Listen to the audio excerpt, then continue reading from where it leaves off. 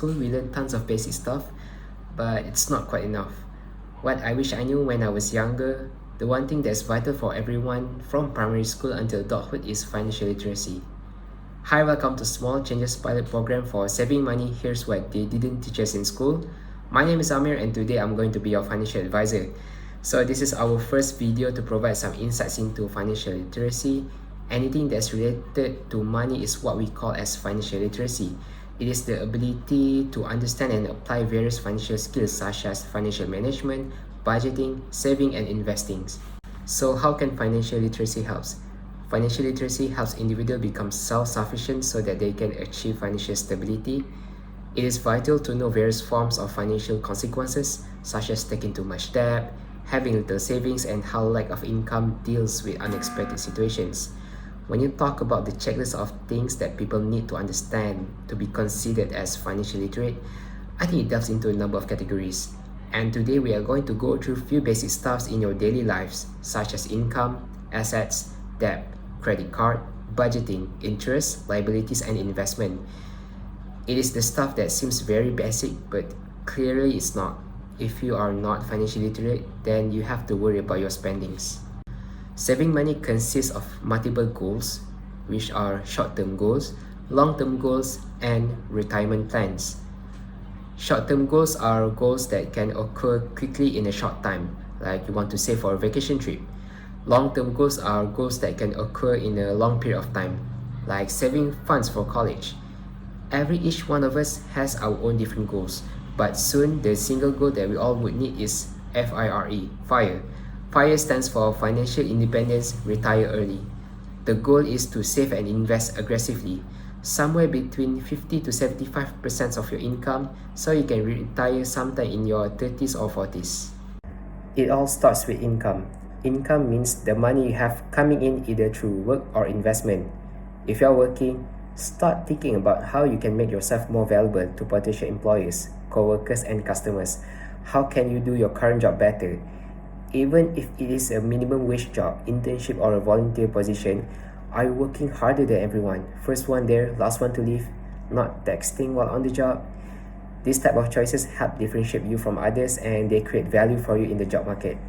Remember, in the real world, you don't get paid for your effort, but rather when you create value for others. If you are still in school or university, where the only mean of your income is an allowance, you can gain your own money. Just that since you have time constraint for studies, there are only two options, which are A. Get a part-time job that is flexible like dropship, do a pop-up stores, or work at an event on weekends. Option B is to build saving money habits. Saving habits is really empowering. You can either set aside your money daily, weekly, and monthly, or you can choose to straight away set aside the notes that you encounter. It can be 5 ringgit, 10 ringgit, even 50 ringgit.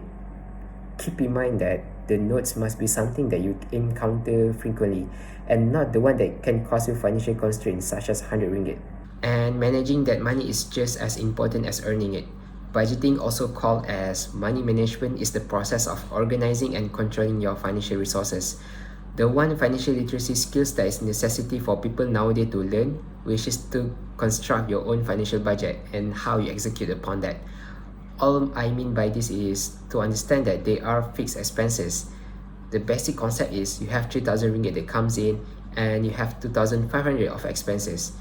You need that fixed expenses for something like rent, car payment, and utilities. The easiest way to save is by the 50-30-20 rule, which is 50% of your monthly income goes towards billing and housing, 30% goes toward finances to pay off debts or savings, and the final 20 goes to entertainment or going out for the things that you like to do. If the 50-30-20 rule is a little tough, you can change it to 80-20 rule. Essentially, it's always paying yourself first. 20% of your take-home pay and putting that into savings or investment immediately. After which, you will have 80% for you to spend. Of course, all your fixed expenses like bills and loans need to be settled. But as long as you keep within your 80%, it does sound like a simple rule to manage. Some of the things can go wrong when one doesn't apply this method, and you will end up living your life in a way that you don't enjoy your pay because you are too busy paying up the expensive item you just bought. Assets are stuff that you own. Everything from your saving accounts to a house to a car The journey to collect assets starts with savings. The best reason I can offer as to why students should start saving money just because it is habit forming. The practice of putting aside 5 ringgit a week, 10 ringgit a week, whatever the number may be, you are saving regularly for unexpected expenditures. You won't know when your car will need a repair, your cell phone may get stolen, and you may fall ill. You make your savings as a fixed expenses. When that's in place, you can start growing money. Next up is interest. Interest is money paid regularly at a particular rate. Or in other words, when you put money in your bank paid you for it. When we talk about savings, the rate of return is extremely important. It makes such a difference when you put time on your side.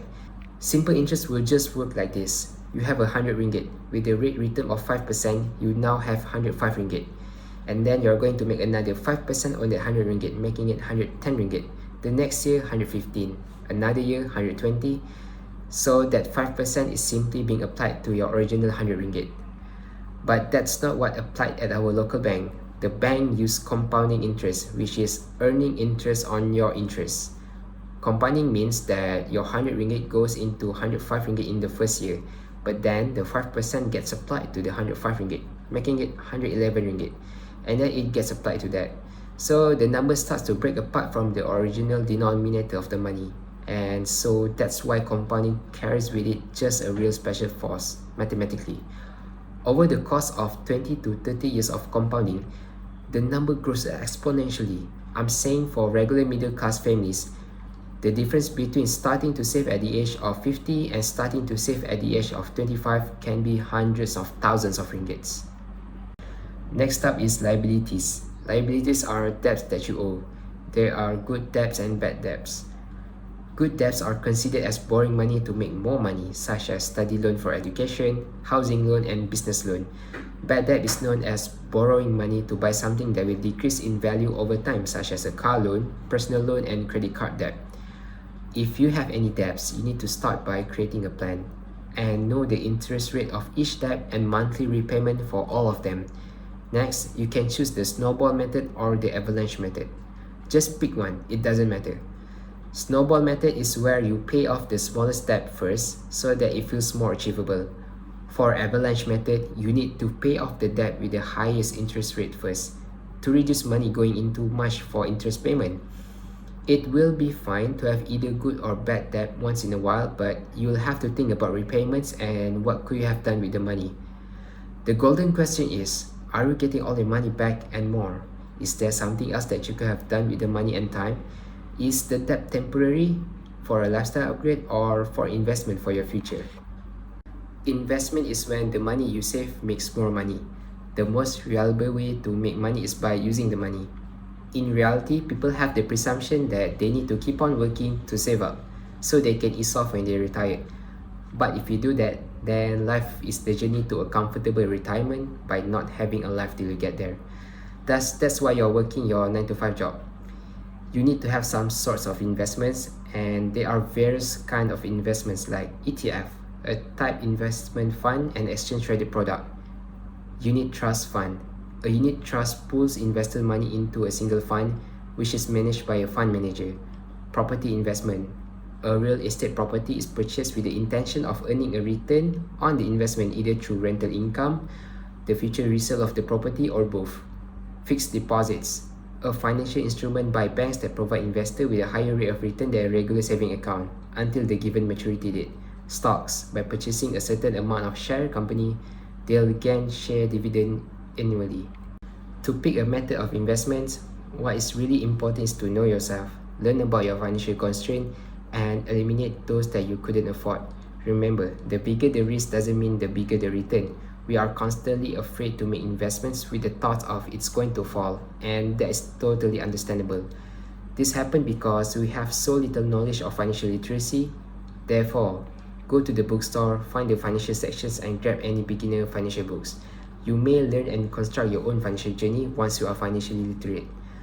Successful personal finance is all about following sound principles and cultivating them as a way of life, a manner of living. You can enjoy financial security even if your earnings are modest, but it will involve both plannings and commitments.